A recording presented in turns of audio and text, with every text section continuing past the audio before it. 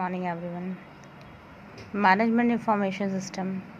Management Information System is the most recent subfield of the quantitative school. A management information system organizes past, present and projected data.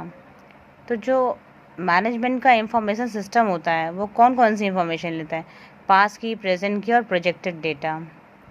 देखिए, जो पास की information है, कोई organisation को run कर रहा है, कोई भी कंपनी जो चलाई जा रही है, उसके पास को डेटा को कि पास का रिकॉर्ड कैसा रहा है, प्रेजेंट में क्या चल रहा है, क्या ग्रोथ चल रही, क्या डेवलपमेंट चल रहा है, कितनी और ग्रोथ रिक्वायर है, कितने का टर्नओवर है, कितना और होना चाहिए, क्या क्या more measures are require to bring the growth for that particular company, for that specific company or for that specific organization.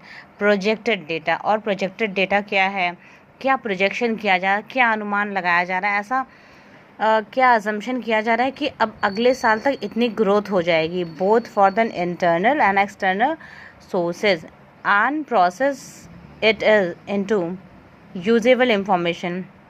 जो भी यूजेबल इंफॉर्मेशन है, जो कि बहुत काम आने वाली ऑर्गेनाइजेशन के, which it then makes available to manager, जो कि मैनेजर को अवेलेबल करा दी जाती है at all the organizational level. तो जितनी भी ऑर्गेनाइजेशनल लेवल पर उस संस्था के द्वारा, उस ऑर्गेनाइजेशन के द्वारा जो भी वर्क कर रही है, the information system are also able to organize the data into usable and accessible format. तो उसको यूजेबल और एसेसिबल कि वह जो है मैनेजर के पहुंच से बाहर ना हो और उसके इस्तेमाल में आ जाए, और वह उसमें ट्रिक्स और टेक्निक्स अपनी लगा पाए कि कैसे नीचे के एम्प्लॉय से काम लिया जाना है, किस तरह से उनको मोर प्रोडक्टिव बनाना है, किस तरह से उनकी स्किल्स को और डेवलप करना है, ताकि कंपनी को या उस ऑर्गेनाइजेशन को एक बेहतर ग्रोथ मिल सके, एक बेहतर रिजल्ट मिल सके. As a result, manager can identify alternatives, quickly evaluate alternatives by using an spreadsheet program, pose a series of what if questions, finally select the best alternative based on the answer of this question. तो इस तरह के question, what if, इस तरह के questions भी organisation में होने चाहिए कि अगर ऐसा हो जाए तो इसका क्या परिणाम होगा, क्या मेजर्स किसी ऑर्गेनाइजेशन के थ्रू लिए जाने चाहिए यदि ऐसा हो जाए.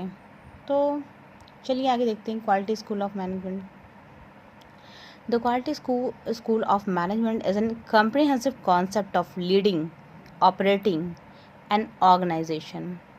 तो जो क्वालिटी स्कूल है मैनेजमेंट का, ये कॉम्प्रिहेंसिव कॉन्सेप्ट है किसी को लीड करने के लिए, ऑपरेट करने के लिए, किसी ऑर्गेनाइजेशन को लीड करने के लिए, ऑपरेट करने के लिए.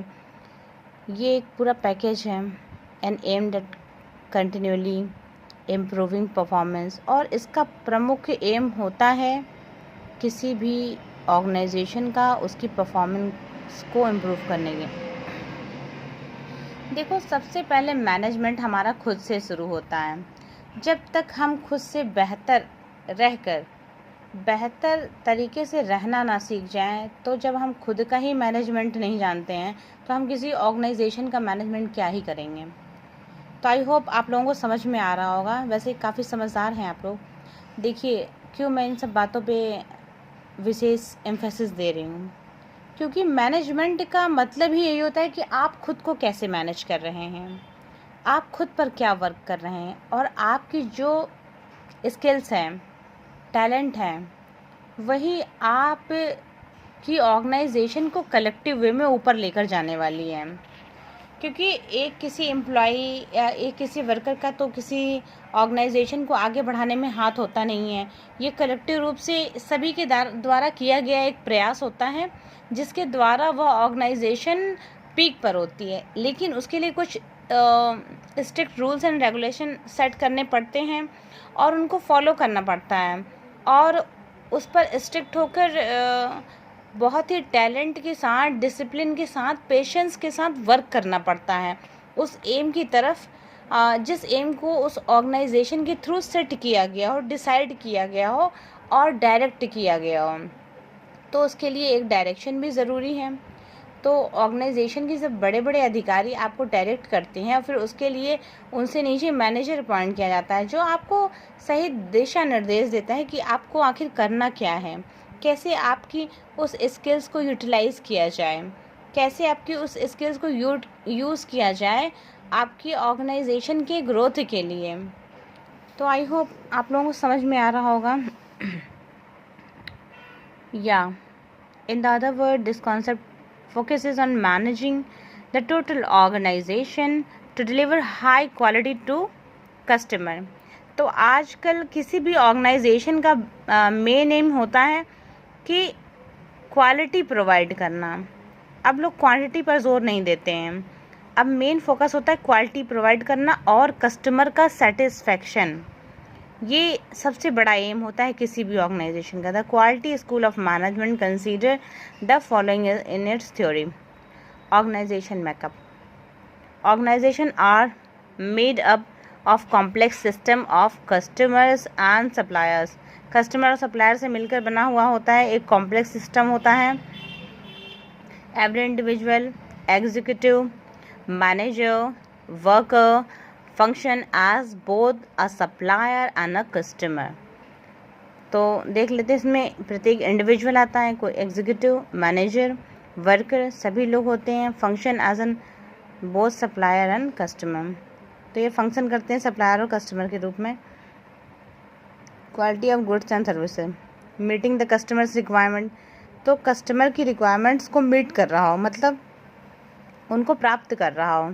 एज ए प्रायोरिटी गोल, उनका प्रायोरिटी गोल ये होना चाहिए कस्टमर की रिक्वायर को मीट करना, कस्टमर की रिक्वायर को अकम्प्लिश करना, को अचीव करना। Presume to be a key of organizational survival and growth.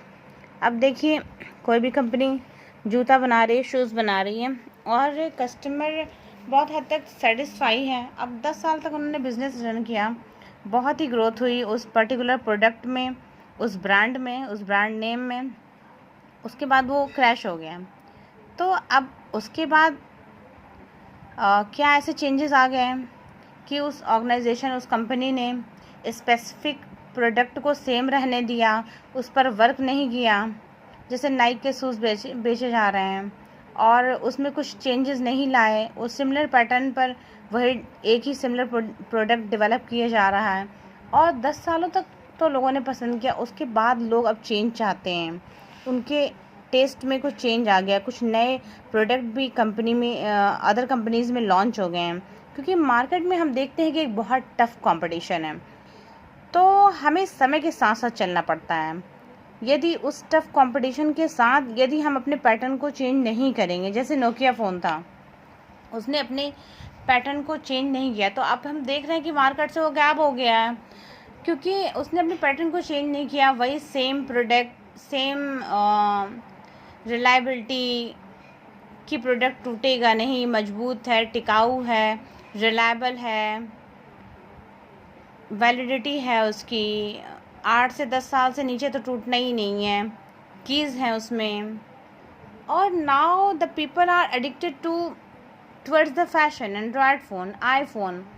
Now the scenario has change totally, completely, but now people are if some specific companies like Nokia are not focusing, then definitely is growth, is level of earning money, is stability of that organization is going to die down, that is there। तो हमें समझने की ज़रूरत है कि क्यों उसका growth नीचे जा रहा है, क्योंकि उसने स्पेसिफिक टाइम ड्यूरेशन में अपने अंदर चेंज लेकर नहीं आई है। और जो शू प्रोडक्ट प्रोड्यूस करने वाली कंपनी उस सिमिलर पैटर्न के शू प्रोड्यूस कर रही है। तो इस तरह से जब सिमिलर प्रोडक्ट ही प्रोड्यूस किए जाएंगे 10 सालों, तो उसमें कोई ड्रास्टिक चेंज नहीं लेकर आएगी कंपनी, वो ऑर्गेनाइजेशन, तो उस कंपनी का तो ग्रोथ स्टॉप होना स्वाभाविक है। तो इस तरह से हमें समझना पड़ेगा कि हमें समय के साथ साथ उसमें चेंजेस लेकर आने हैं, उसमें नए आइटम्स ऐड ऑन करने हैं, उसके नए फीचर्स को बदलना है, उसमें कुछ नया फीचर्स ऐड ऑन करना है, कुछ समय के हिसाब से, परिस्थितियों के हिसाब से, लोगों के टेस्ट के हिसाब से उन चीज़ों को बदलते रहना है, ताकि कंपनी की ग्रोथ एक जगह पर जाकर रुक न जाए, उसका फ्लरिशमेंट होता रहे, वह बराबर ग्रोथ करती रहे, बराबर पीक पर बनी रहे, अपनी सस्टेनेबिलिटी को बनाए रखे, अपनी ग्रोथ को बनाए रखे। तो इसके लिए उस कंपनी को, उस ऑर्गेनाइजेशन को वर्क करना पड़ेगा, समय के साथ साथ चलना पड़ेगा। Fine. Quality of goods and services, तो देख लिया हम लोगों ने quality. Continuous improvement in goods and services, तो हमें इम्प्रूव करना पड़ेगा। Employ working in team, employ को टीम में वर्क करना पड़ता है, क्योंकि एक एम्प्लॉय का सिर्फ अकेले का काम ये नहीं होता है, ये कलेक्टिव वर्क होता है किसी भी ऑर्गेनाइजेशन में, कंपनी में। These group are primary vehicle for planning and problem solving, तो ये जो प्लान करके प्रॉब्लम को सॉल्व कर देते हैं। Developing openness and trust, confidence among member of the organization of all level is an important condition for the success. The quality management involves employee in decision making as a way to prevent quality problems. The Kaizen approach uses the incremental continuous improvement for the people, product and processes. The re-engineering approach focuses on sensing the needs to change, seeing the change coming, and reacting effectively to it when it comes. तो हमें change करना पड़ेगा, समय समय पर इसमें improvement लाना पड़ेगा। द री इंजीनियरिंग, उसमें री इंजीनियरिंग का अप्रोच दिखाना पड़ेगा, फोकस करना पड़ेगा। Sensing the need of change, समय के अनुसार, परिस्थितियों, काल परिस्थितियों के अनुसार हमें उन चीज़ों में चेंज लाना पड़ेगा, उसकी क्वालिटी को मेंटेन रखना पड़ेगा। Quality management involve employees and decision making as a way to prevent quality problem, ताकि उसमें क्वालिटी में प्रॉब्लम ना आए। कई बार हम देखते हैं कि जैसे कुछ पेन है, कुछ प्रोडक्ट हैं, काफ़ी समय से चल रहे हैं, फिर उसके बाद हम देखते हैं अचानक से कि उन प्रोडक्ट्स के 10 साल रन गए, उनकी क्वालिटी में चेंज हो जाता है। वो क्वालिटी, जैसे कि रेनॉल्ड पेन, पहले हमने देखा कि 20 सालों तक वो कंपनी रन की, रेनॉल्ड। अब उसके बाद उसकी क्वालिटी में चेंज हो गया, जो इंक हमें मिल रही थी वो डिफरेंट मिल रही थी। पहले स्काई ब्लू इंक, और हम उसे लिखना बहुत पसंद करते थे, और उसके बाद अचानक से उसका कलर पर्पल ब्लू हो गया, और वो लोगों की आंखों में जचने नहीं लगा। और एक प्रॉब्लम और, जब हम लिखते हैं, बहुत ज़्यादा लिखते हैं, तो हमारी उंगलियों में निशान से पड़ जाते थे। तो इसलिए फिर स्मूथ फंक्शनिंग पेन का इन्वेंशन हुआ, उसका आविष्कार हुआ, और उसमें नई चीज़ें ऐड ऑन की। अब लोग उस तरह की पेन को पसंद करते हैं जिसमें कि उंगलियों में निशान न पड़ जाए, लिखने में कंफर्टेबल हो। तो नई नई चीज़ों को ऐड ऑन किया गया अन्य कंपनियों के द्वारा, और नए प्रोडक्ट लॉन्च किए गए। तो इस तरह से हमें री इन्वेंशन करना पड़ेगा और चीज़ों को इम्प्रूव करना पड़ेगा। इस तरह से किसी भी मैनेजमेंट को चलाया जाता है। Management roles, a manager wear many hats, not only is a manager a team leader, ये केवल मैनेजर नहीं होता, ये टीम लीडर होता है। बट ही और शी इज़ ऑल्सो प्लानर, वह प्लानर होता है, सब कुछ प्लान करता है, ऑर्गेनाइज करता है।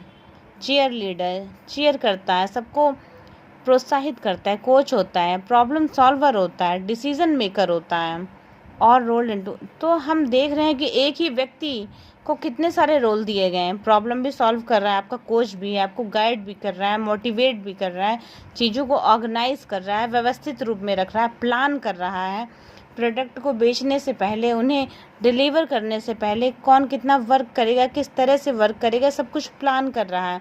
फिर सही वे में सिस्टमेटिक ढंग से ऑर्गेनाइज कर रहा है, आपको चीयर अप कर रहा है, आपके कोच के रूप में है, प्रॉब्लम सॉल्वर के रूप में, एक डिसीजन मेकर के रूप में। मतलब एक मैनेजर का कितना बड़ा रोल है उस स्पेसिफिक कंपनी में। आई होप आपको समझ में आ रहा होगा। The nature of managerial work, Henry Mintzberg. Interpersonal होते हैं, the roles of falls into the three category: interpersonal, informational, decisional. This role involve human interaction. Interpersonal, ये आपस में बातचीत करते हैं, इंटरेक्शन करते हैं, उससे सुलझाया जाता है मुद्दा। इंफॉर्मेशनल, इंफॉर्मेशन निकाली जाती है। The rules involve the sharing and analysing information. यह शेयरिंग और इंफॉर्मेशन को शेयर करते हैं और उसको एनालाइज करते हैं। किसी भी प्रोडक्ट के बारे में हो सकता है, एक दूसरे से दो कंपनियों का आपस में कंपैरिजन भी हो सकता है। शेयरिंग इंफॉर्मेशन, एनालाइजिंग अपनी कंपनी की ग्रोथ, दूसरी कंपनी की ग्रोथ इंफॉर्मेशन के थ्रू पा रहे हैं। जैसे कि एक टीवी चैनल है, दूसरे टीवी चैनल की ग्रोथ भी देखता रहता है और देखता रहता है कि वो बराबर दूसरे चैनल पर क्या टेलीकास्ट कर रहा है, और उससे अपना कंपैरिजन करता है कि हमारे में क्या कमी रह गई है, हमारे में व्यू क्यों नहीं आ रहे हैं, हमारे चैनल को लोग कम पसंद क्यों कर रहे हैं, हमारे चैनल में क्या कमियाँ हैं। तो इस तरह से इस एग्जाम्पल के थ्रू हम समझते हैं। Decisional, this role involves decision making.